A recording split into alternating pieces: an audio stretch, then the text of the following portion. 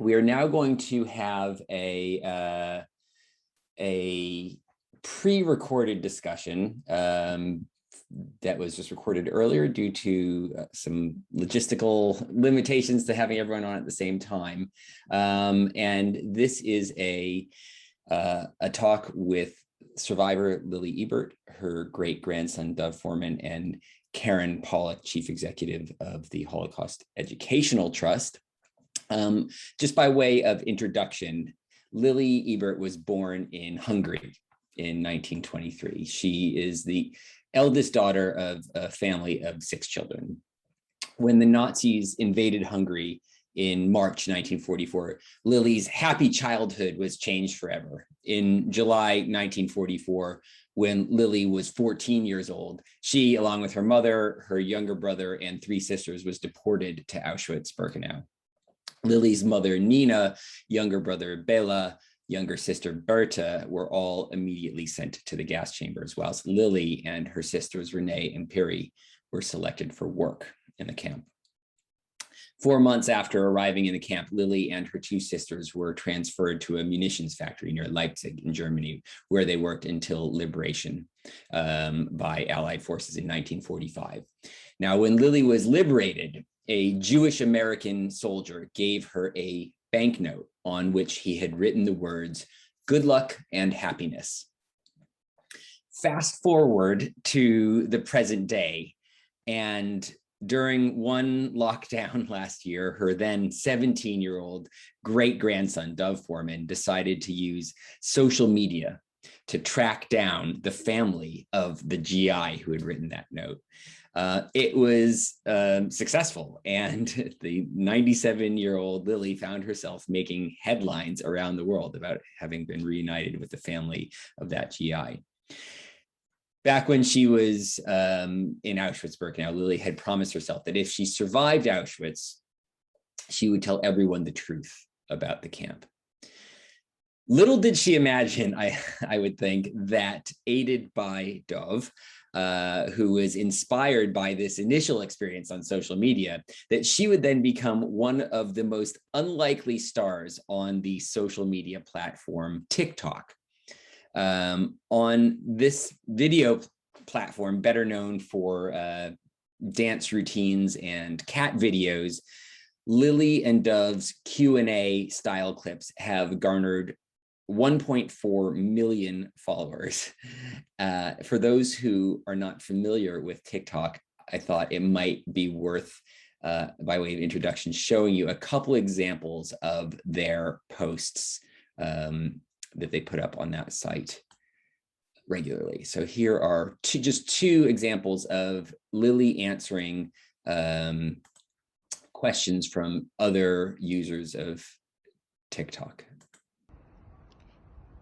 For me, it is a very difficult question in a way, because I don't like this question, but I find it is very important that people should know about it, that it should something like that not happen again ever.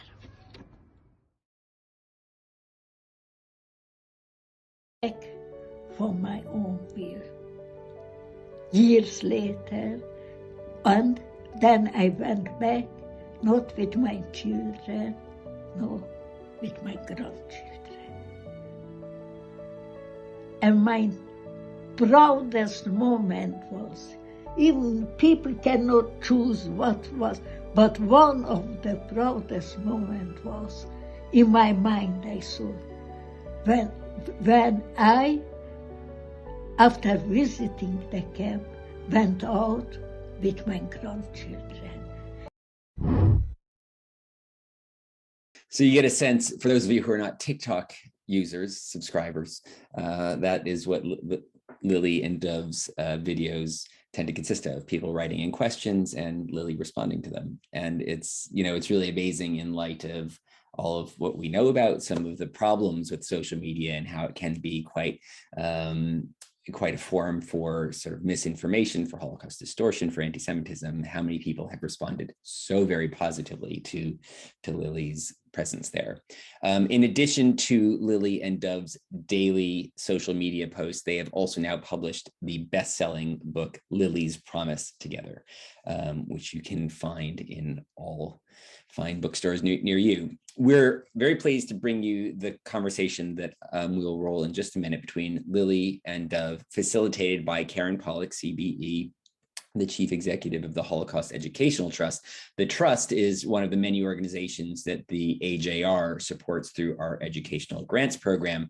They do fantastic work to preserve the legacy educationally of survivors like Lily. So it seemed only fitting to invite Karen to moderate this discussion.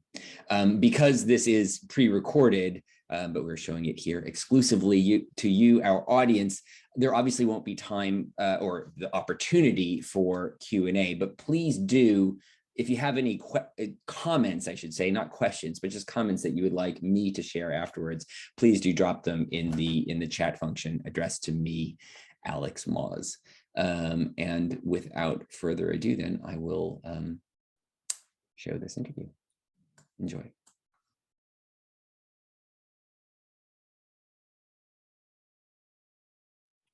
Well, what a pleasure to be together for the AJR conference today. And what a great honor for me to interview both of you, Lily Ebert and Dov Forman. It's lovely to see you both. I've seen you quite a bit recently, not so much online, but I really appreciate you sparing the time to do this for AJR. Dov, amidst all your studying, and also because you're both very busy promoting your book, Lily's Promise, which we'll talk about afterwards. You know that today the main discussion or the theme for the conference is about it's about intergenerational understanding of the Holocaust. It's connecting the next generation. That's the theme. So while we will talk about that, I think it's right that we do talk a bit, Lily, about your experience, but on the understanding that we're not going to be able to cover everything, and that the audience won't necessarily have the opportunity to hear all of your story in this session, but they can be lucky, if they're lucky like me, they can get their own book, Lily's Promise, and then can read about your story directly. And there are a number of other interviews we've got where people can learn more about what you went through and all of everything that entails. So I hope you both understand, with the time that we've got, we're going to talk a bit about your experience, Lily, and then more about how you shared it with your children and grandchildren and great-grandchildren, like Dov, and how they received it and carried the baton. Okay? It is fine. And I am now really very happy that this book came out before you talked to me. So you could see already, you could ask the question, what I maybe don't think about it. And I must know now from your part, from the new generation, what they want to hear. Because it is not what I want to give, also what you want to hear, from what you want to learn and carry on. Because that is not a story, what it is said, a story, and that was it. For this, you can learn, and I hope generations after generations, because something like that never ever happened, thank God, and I hope never will happen. But people should learn from it what they can, and then teach the generation who comes. Show them what can happen when people are not tolerant with each other. When some people think I am worth much more than somebody else, and learn that it is not true. Everybody, every human has the same worth, and you should use what you have for what you can. Absolutely. And I think that the audience who are tuning in and listening to you today, Lily, I think they appreciate that there's so much more to learn about you and your experience, and that the aim of understanding this, of course, it's personal for a lot of people. I imagine particularly the audience of the AJR, but also it's about humanity, isn't it? And it's about understanding that whilst the Holocaust hasn't happened again, we don't want that to happen to anyone, anywhere. And there are all sorts of questions that come up. The more that we learn, the more we want to know. I'm going to ask you, Lily, as already said, I just have to reiterate, we can't go over all the detail, but we know, and I know, I spend a lot of time with you anyway, but you were born in Hungary, and in 1944, you were deported to Auschwitz. And I thought maybe you could talk a bit about that journey and a bit about your arrival at Auschwitz. I know that we're skimming over a whole period of your upbringing, but that's where we are at the moment. And if we have time later, maybe I'll come back to it. Is that okay, Lily? It is fine. So tell me a bit about when you were deported, how that came about, and the journey and arrival at Auschwitz. When I will tell the story, you will not believe it, because we were so innocent. So we did not know really what really happens in the world. We were too much protected. And our parents, they wanted the best for us. They don't want to put out even to know what happens. Not that we will get through it. They would not dream of it. But it happened, and it had to happen. And when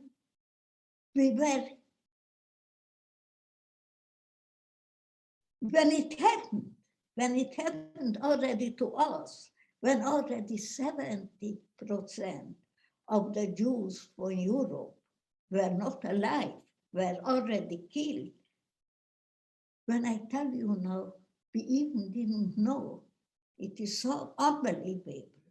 The world was, first of all, not so open than today. It was not everything known. And we were protected not to know. And so when you were put on the cattle trucks, what did you think? Where did you think you were going? When we were put through the cattle truck, still with my mother, my father luckily died before the war. So we spoke on the way that a few weeks, few months maybe, and we just said we will not go back to Hungary. We will go to Israel now. We even didn't know. We thought the world is still open for us. So you thought this was a temporary resettlement? We will work there a few. The old people will look after the youngers, and we, the middle age or the young girl, will work. Yeah, and so in a few months, few weeks, maybe a few months maximum, it will finish. And Lily, what actually happened? Because you were on the truck and then you arrived. When we looked out of the so-called window, a small, not a window, it was something where you could, and we arrived to a place. We get shock our eyes. We look out, and there, something, people or what are moving. They don't look humans. We didn't know they are men, women, without hair, in rugs. Is that a madhouse? Really, you would think when you arrived to this place, you arrived in a madhouse. And these people were really half mad, not eating, in rugs, how they looked. We did not know then in a few hours' time, not more really, that we will be the same, we will look like them. And Lily, when you arrived, you were with, as you say, members of your family. Yeah. But what happened? that was read, that was selection. And then selected people to work. We so selected the young people and the old and the children. Old and the children separate, and the young people were selected to work. We didn't know what it is, what that is. We saw all children, we look after the children, and we will work. And it will few weeks maybe, and we will go home. That was in this moment, if you ask. But Lily, who were you separated from and who were you with? I was separated from my mother, my younger brother, and from my younger sister. We were separated with my two younger sisters together. So there were three. So there were three of you together. Was three of us together. Okay. And do you want to say what happened to your mother and your younger brother and younger sister? What happened? We did not know they were taken away. We thought they were taken away only not to have so heavy work. That is what we thought. But it was really that there were taken after a half or maybe an hour later. They are not alive anymore. We would not even in our darkest dream think that it happened to them or that happened to any human being can happen, but it happened. And Lily, tell me something, because even though none of you knew what was going to happen when you arrived, your mum had some sort of foresight, didn't she? Something to protect you because something happened on the truck. Do you want to talk a bit about that? Because it's strange, isn't it? Not knowing, yet somehow. I am sure she knew more. She knew that it is not so simple then already. But she did. Even then, she wanted all the time to protect us. So what happened, Lily? So she changed. We had the same size shoes. First of all, we had all of them a shower. They took. Your mother changed shoes with you on the train. Oh yeah, on the train I jumped now. My mother, but the last day just, we arrived Sunday, it was Shabbos. She said, I don't know why. Then I had not the faintest idea. She said, and I know that she knows also, because to say here the story, I must tell the story. My brother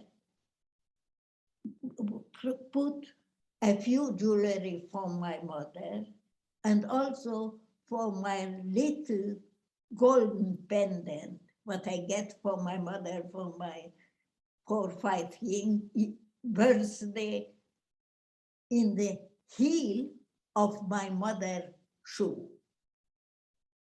So my mother know, and we know also. We had the same size shoe.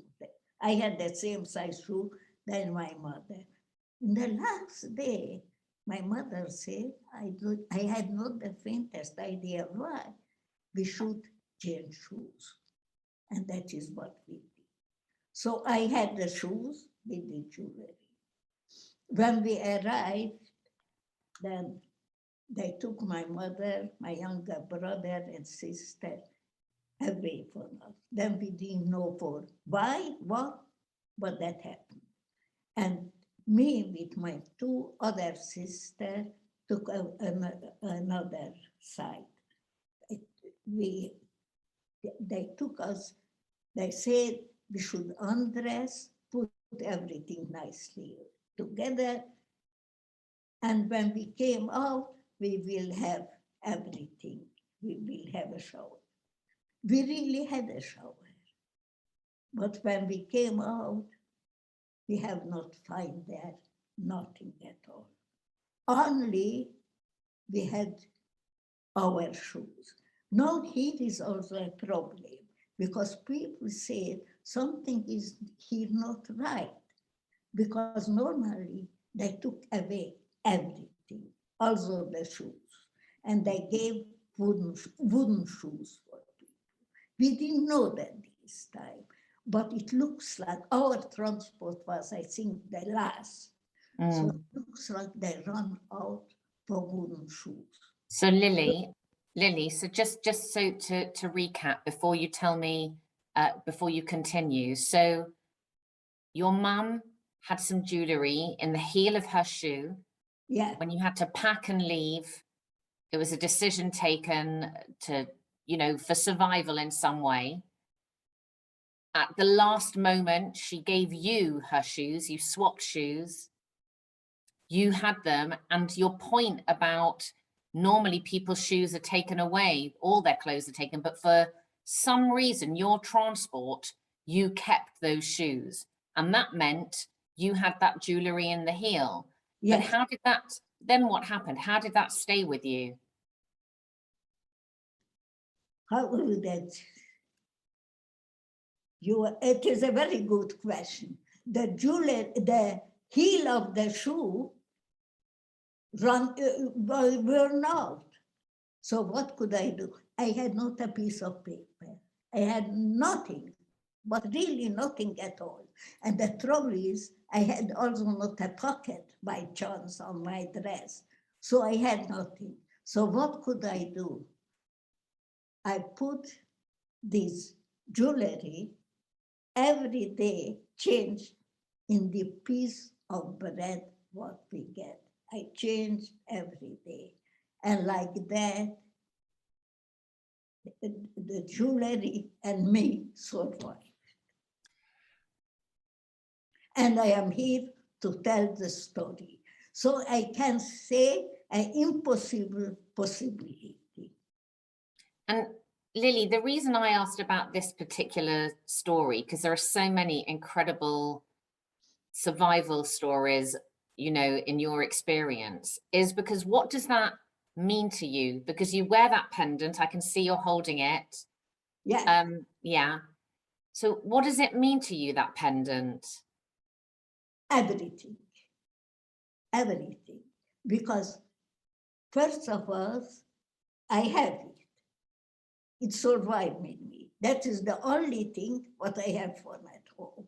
So it means a lot.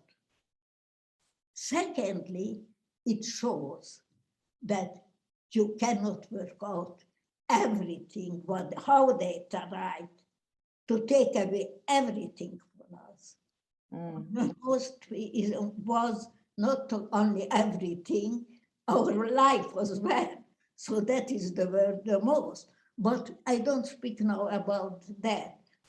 The belongings they took out, and they took out away everything. And they could not take out everything. With something, it shows it had to happen.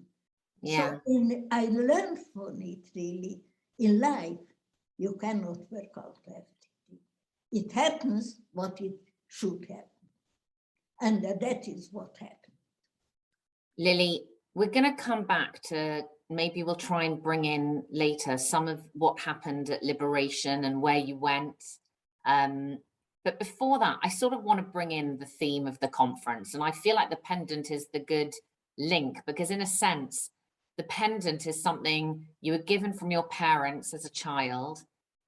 It somehow survived with you that whole time. We haven't talked about the grueling, you know, daily life you had. I mean, you've said to me before it wasn't life, but the daily endurance you had in Auschwitz. But it came with you, and it stayed with you. And still today, it's sort of something you've carried with you. You won't mind me saying, you know, you're now 97. So for many years, 97 years young. And I think this is the opportunity maybe to ask you a bit about how you talked about your experience, when you talked about your experience with your children or grandchildren. When did you make a decision to tell them? How did you tell them?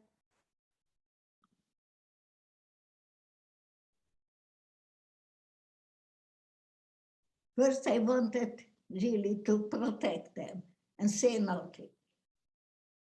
But then, yes, I remember when it came in Israel. I was living then in Israel with my sisters. My mother was not there. She was taken, she was killed in Auschwitz. So with my two sisters, I was living in Israel. Then one was Eichmann trial. And then suddenly everything opened up. Then it was not a question, oh, I tell or not.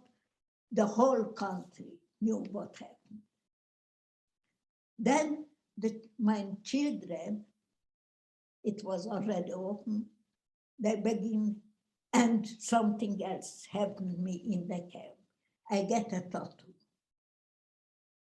I have never spoken about it with my children, but I was naive, so they know it. They haven't told a word, because they said later they knew about it, but didn't want it to hurt me. So they know already. But then, when they heard already, it opened up, the whole country knew it, then they said they know it, about it. Just they never asked questions because they didn't want it to hurt. But now that we know already, then they asked some questions. And like that, my children know about it. It's interesting, isn't it, that people of a young age, even though it's something they want to know about, they know not to ask. You know, even, you know, they have some sort of maturity or responsibility. It's a strange thing that's what, you know, they've somehow, it's an intuition. They somehow felt it wasn't right to ask, and when it was time to ask.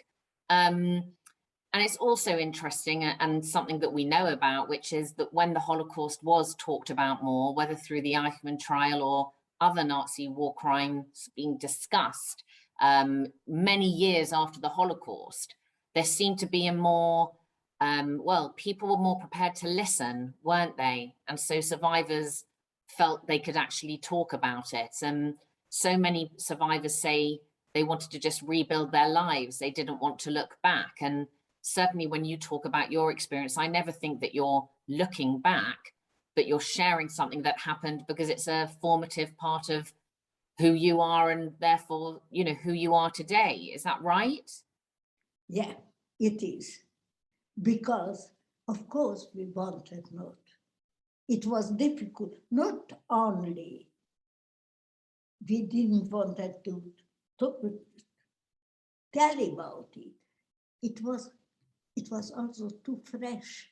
It was too much, and people could not. If you look back, and when I look back, I see we were very few. I was nearly the only one, very few only, who could speak. And up to today, if you look, you look for would speak about it, and you will find very few, because most people simply cannot. To speak about that, it is so horrible that, and we knew something else, and they knew it. They would do something, what people will not believe that it happened. They worked it out. They know it. They say it even. We have to do. Once I went to a meeting and I heard, they say, we have to do something so bad that people will not believe that it can happen.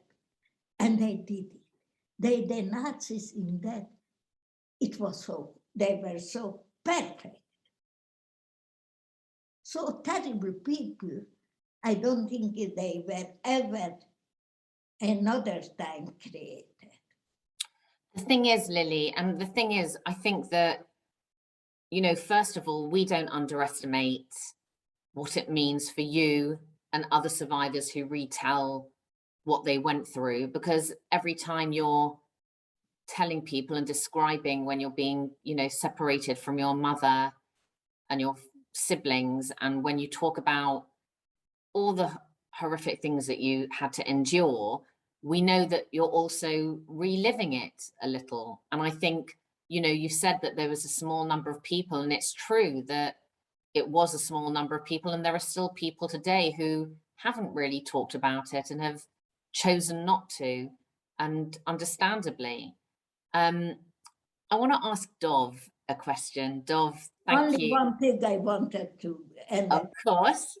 After all that, you know, and a few other people will say the same, but you have people deny, explain that, deny, and I know it that it happened.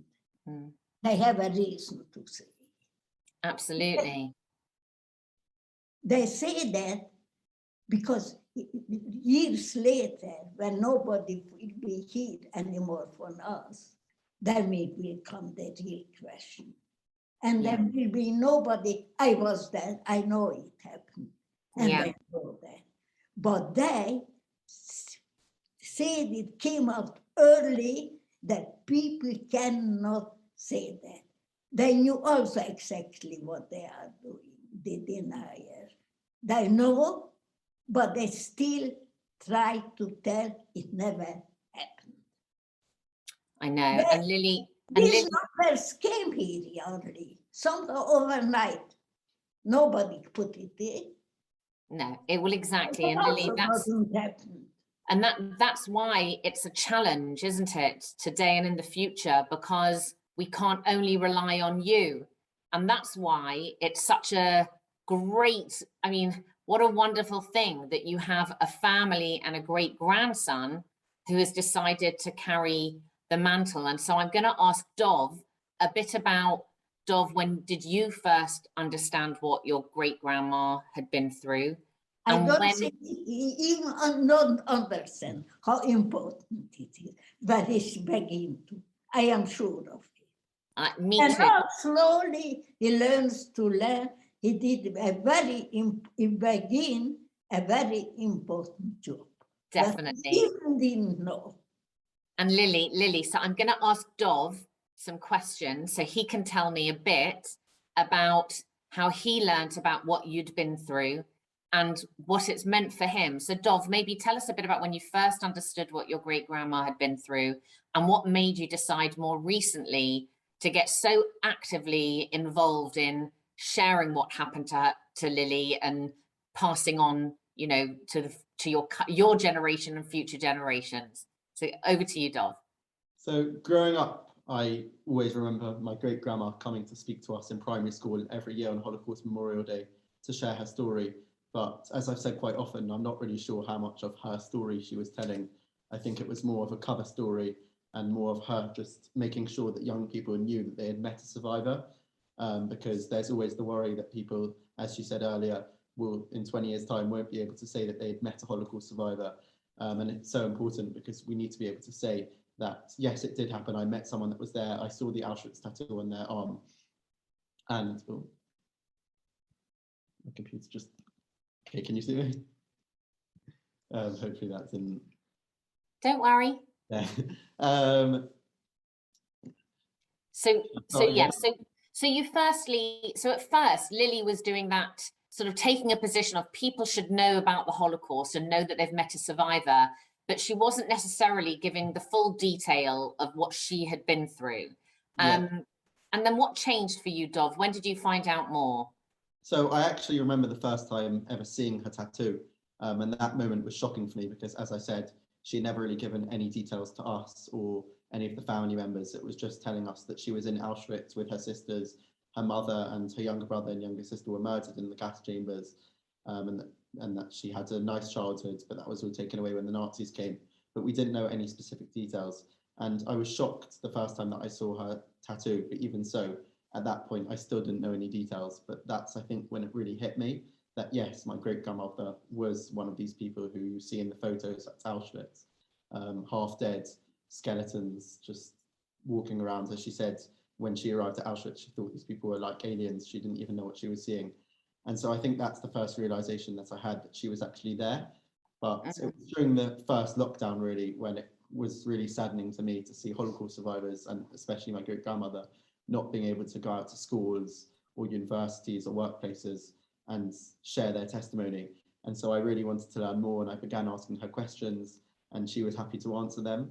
And together we held a Zoom call with my history teacher, and that's where this whole journey started, of me delving deeper into her testimony and learning all about the details and the facts, and eventually writing the book together, and just making sure that her story is never forgotten, documenting it on social media, on TikTok, and trying to spread it to as many people as possible.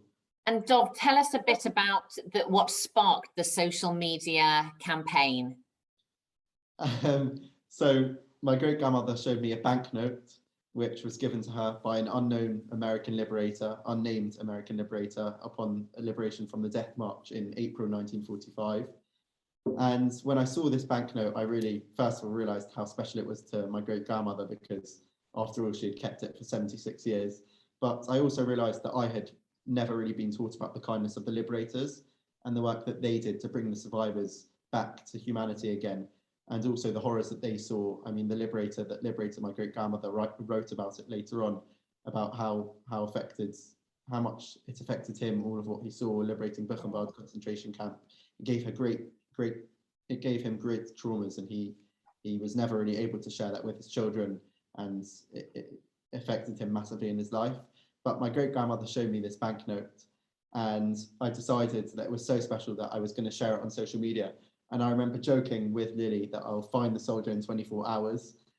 She laughed, she didn't believe it, but we posted it on Twitter, tagged a few organizations that we thought might be interested, including HET, and the response was amazing. Within a few hours, it had reached 1 million views, and within 8 hours, we managed to find the liberator, who, as I said before, was unnamed, and the only connection we had was that he was one of many assistants to Chaplain Schachter, because he wrote on the banknote 10 words of hope: the start to a new life, good luck and happiness. And at the bottom, he signed it, Assistant to Chaplain Schachter. But there were quite a few assistants, so we had to do some digging to find out which one it was. But thanks to the amazing community on social media, we managed to find him. And that's what really sparked this journey together of me helping share my great-grandmother's testimony online. And I know that as a result, you met with the family, right, of the Schachter family descendants via Zoom. Sure. And it sort of led to a whole sort of, you're learning more and finding out more all the time. Lily, what do you make of being a social media sensation? That is interesting in my age. I would never ever thought about it, that I will be. But I can adjust easily. I had to adjust all my life. So it came, now I have to adjust to that. Thank God for something good this time. I adjust to it. And I know something else, something very important. I have to give everything what I know, because this period is a terrible period. It would be very good when it would never ever happen, but it happened. And you know, the next generation and the next have to know about it. Why? Not because I need it, but it should not get forgotten what can happen, because it can happen so innocently. Nobody would, in our day, nobody would, in this bad time, not in good, now relatively good, in this very bad time, nobody. But no, if you would ask one people, would not believe that something bad can happen. And it happened overnight, without anyone even dreaming about that something that can happen, and it happened. Let me ask a question. What do you think, Lily, you told your children learned about what happened to you because of the environment they were in, and because they sort of knew, and they eventually started asking you questions. Dov, for you as a great grandson, what do you feel a responsibility? Do you feel a burden? Do you feel how do you regard this sort of mission of knowing about what your great grandmother has been through, and the sort of the heinous crime of the Holocaust, and what anti-Semitism means and what it led to? How do you see it? As you're 17. Yeah, I definitely don't see it as a burden. I took the choice to take on my great grandmother's story and share it with the world, and I think it's a responsibility, not only because I'm the great grandson of a Holocaust survivor, but also because I am someone who's young, and the future will be people of my generation, and we have to create the world that we want to live in. And as my great grandmother said, if you forget the past, you are doomed to repeat it. And so we have to ensure that the lessons of the Holocaust are learned and carried on. And then also, of course, I am the great grandson of a Holocaust survivor, so I want to make sure that my great grandmother's stories, not only during the Holocaust, but also her life before the war. There was an amazing Jewish life before the war that people often forget to talk about. And she lived a very protected and nice childhood. And we mustn't forget these stories. And that's why in the book and when we talk, we make sure to cover as much as possible her whole life, not just the period in Auschwitz and in slave labor, also before the war, because I think it also helps you realize how tragic the Holocaust was when you look at lives and you realize that this wasn't just 6 million people. Each person had a story, each person lost their whole lives from before the war. And when I was looking at my great grandmother's life, pre-1944, 1940s, it was very striking to me to see how similar the lives we live now in London, a Jewish life now, how similar it is to the life that she lived. And when you look at each survivor, just imagine if each of them could have had 10 grandchildren, 3 children, and 34 great grandchildren. And so I think it's just so important to put it into perspective and look at their whole lives pre, during, and after the Holocaust. Definitely. And Lily, just remind our audience, how many children, grandchildren, and great grandchildren have you got? I had only 3 children, but I had 10 grandchildren. And after much more, 34 great grandchildren. So I showed them, you wanted to kill, when I would be killed, all these children, all these people, and the people, what they will have been, God's will, would not happen. So thank God that you could not do it.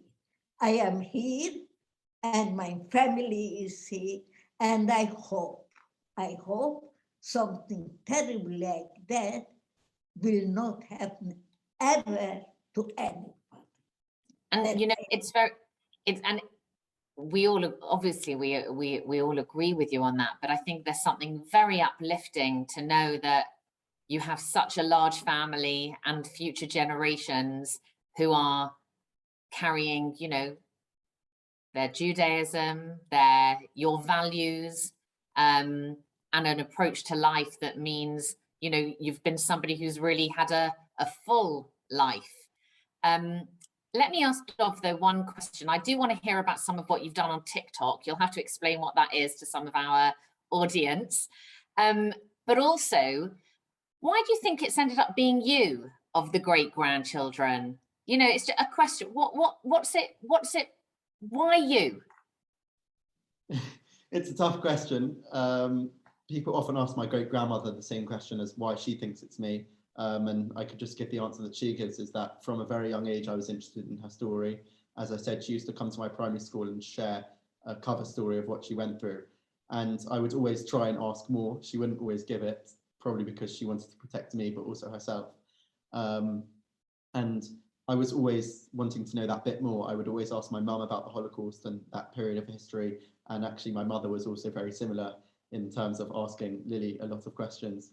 So I'm not sure why it was me. Maybe this was just meant to be. But yeah. I will answer this question simply because he can do it. Yeah, he came to And you. you have to choose someone only who can do it. It is not an easy task. No. I know, but I know him as well. And I know he can do it. That people do normally only what they can. And he can do it, he does it. Luckily. And then on TikTok, if you want me to explain that. Yeah, go for it. So TikTok is a short video sharing platform, which is actually now the most downloaded app, I think, ever in the world. And it's usually young children posting videos of them dancing or doing funny things. But I recognize that if someone dancing can go viral on TikTok, then so can me and my great-grandmother. So I think it was last January I decided to set up an account, which is called Lily Ebert and Forman. And together we try and answer questions every day about Lily's experience during the Holocaust, before and after. But what I also try to show, as you said before, is that she's lived a full life. She hasn't just survived the Holocaust and just spent her whole life thinking about that. And she's built a whole family. She's the queen of the family, as you said, 34 great-grandchildren. She has fun. We play football in the garden together. She likes listening to music. There's plenty of things she likes to do, and spending time with family especially. And so I like to document that on TikTok as well, to show people that she's lived a fulfilled life. And now we've written a book together, which hopefully will enable more people to learn about her whole life and understand that she fulfilled her life promises and everything that she's wanted to do. And she's built a large, loving family. Oh, that's so lovely. And I should say, actually, that today in the Sunday Times, people can see in the Sunday Times magazine an amazing piece, Relative Values, which is a fabulous interview. My favorite part of the Sunday Times, by the way, every week with you both sharing your special relationship. It really is very, very uplifting. Dov, you mentioned the book, and it's important to mention it because you're still on your, book promotion tour. So I'll be your sort of book model for today. Lily's Promise, co-authored by both of you. I thought maybe it would be worth just my final question, but it's to both of you, this is likely to be, if not the last, one of the last books Testament is written by an Auschwitz survivor. And I just wondered if, what motivated you both to write this? And what's your message to future generations and to the people who are reading the book? What do you want people to take away? People should take away that, how bad time you have. Never, ever, as long as you have life, never ever give up, because it can change. And it changed. It changed. I was so dark. It was a so dark place. I was not human. Keep for human. It was so dark. So you would think it was not even hope you cannot hope. I was so deep. And thank God I came out for it. The key point, and something, Lily, that is so special is, when you say never give up. And I think that's a really, really powerful message to people. I think it's a powerful message in schools. Lots of young people struggle in life. It's not just people of a particular generation. We all have our challenges. And being told to never give up by somebody who has suffered the very worst it really keeps us going. And, you know, Dov, I remember it was January, well, it was when Lily had COVID, wasn't it? When you had that conversation about the book.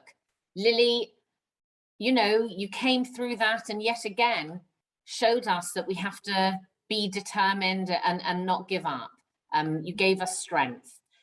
Of a final word from you about what you want your message to be, you know, for future generations.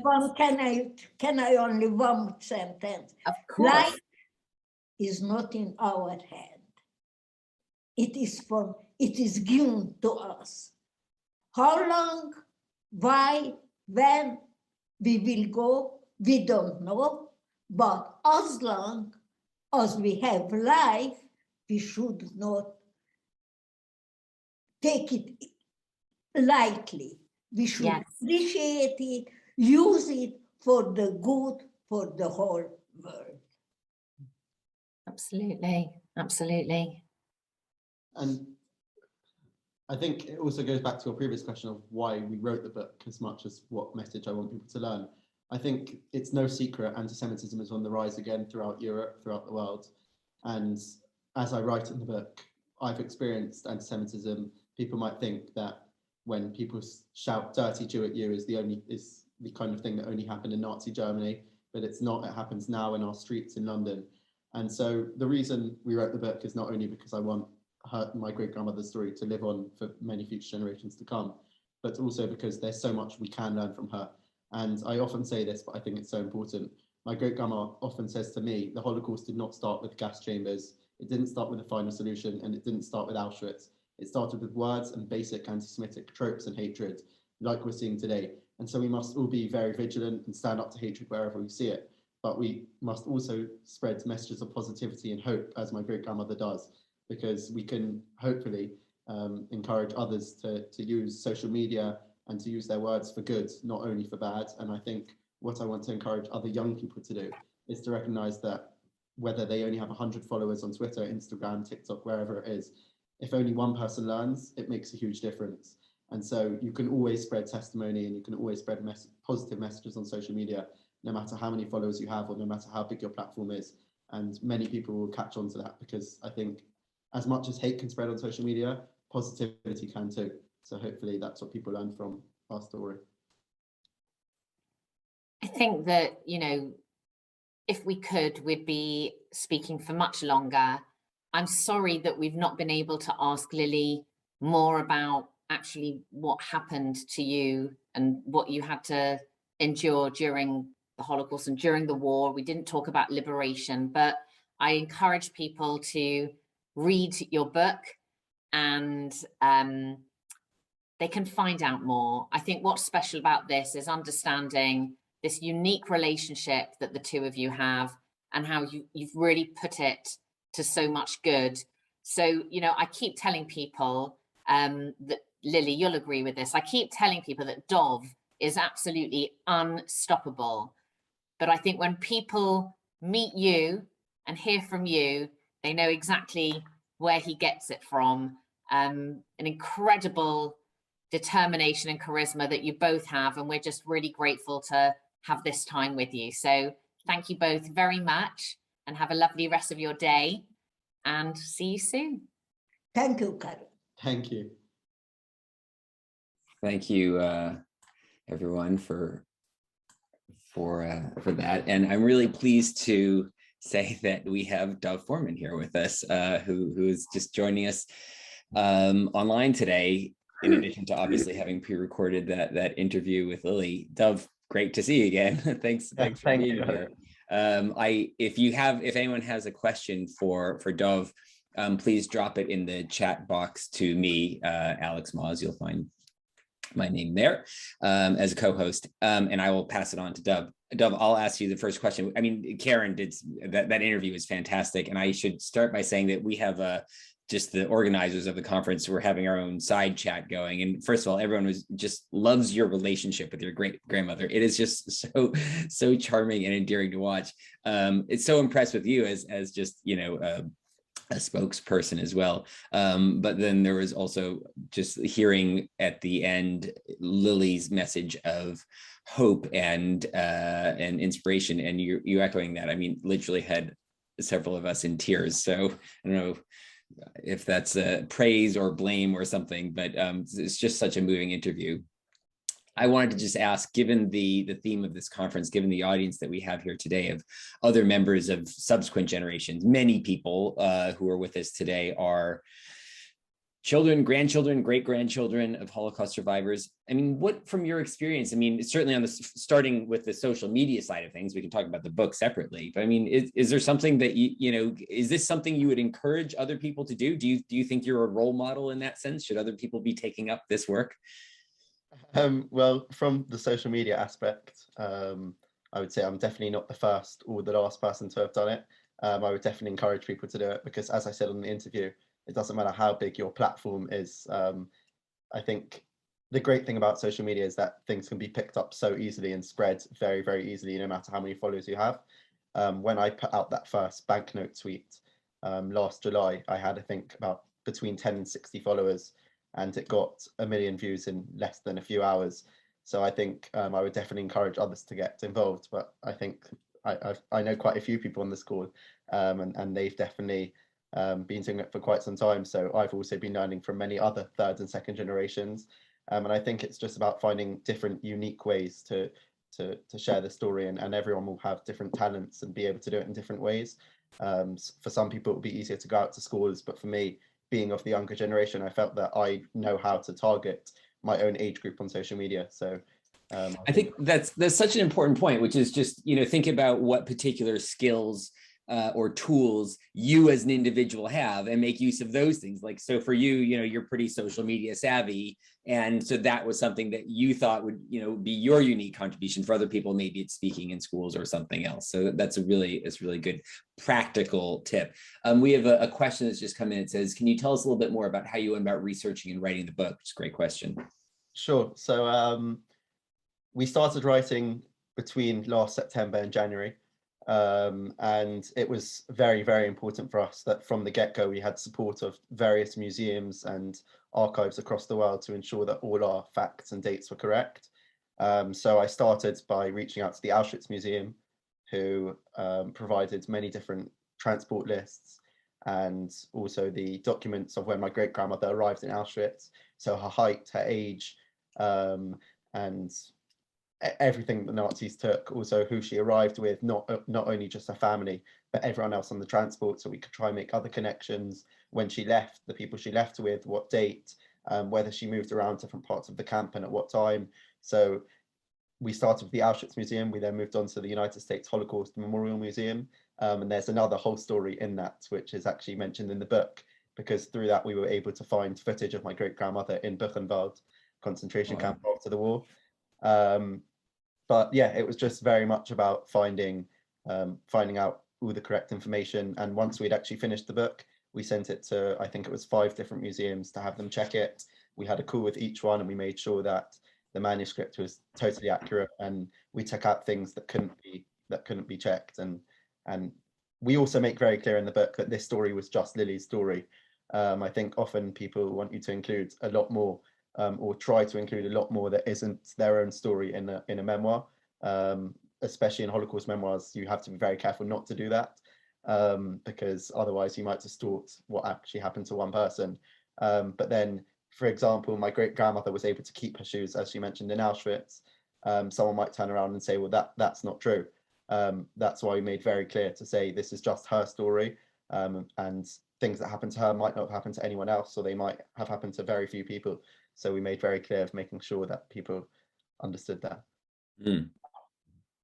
Fascinating. I'm curious to know, what's the reaction of your peers at school been? Do they know about this? Is this like sort of common knowledge out there in your peer group? Yeah, it definitely is. The school have been very, very supportive. I'm in my second year of A levels, so the time management can be quite hard sometimes, especially when we're on the news or different press, and I have to miss school in the morning. But they've been very supportive, and so have a lot of my peers. They'll kind of keep work for me and things. And I have a lot of friends who are very Englishy. They do English A level, And they're very helpful. If I need to write an article, they'll often look over it at the end and just make any edits they feel is necessary. So yeah, I'm grateful to have a great support team around me, I guess.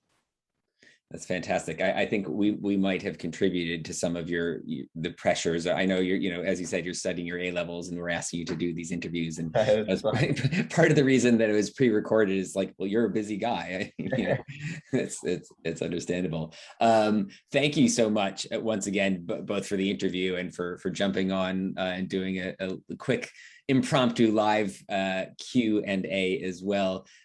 Just a huge mazel tov on the book and on your massive social media following. I've been doing this work for a very long time, and I don't remember having been quite as inspired by, just such a creative and innovative use of survivor testimony and voice as yours. So I just, from me, and I think on behalf of many other people, thank you for the work that you're doing, and congratulations on all the success. Thank you. And thank you all for listening. And I hope you found it very interesting. I know they did. Great. Thanks, Dove.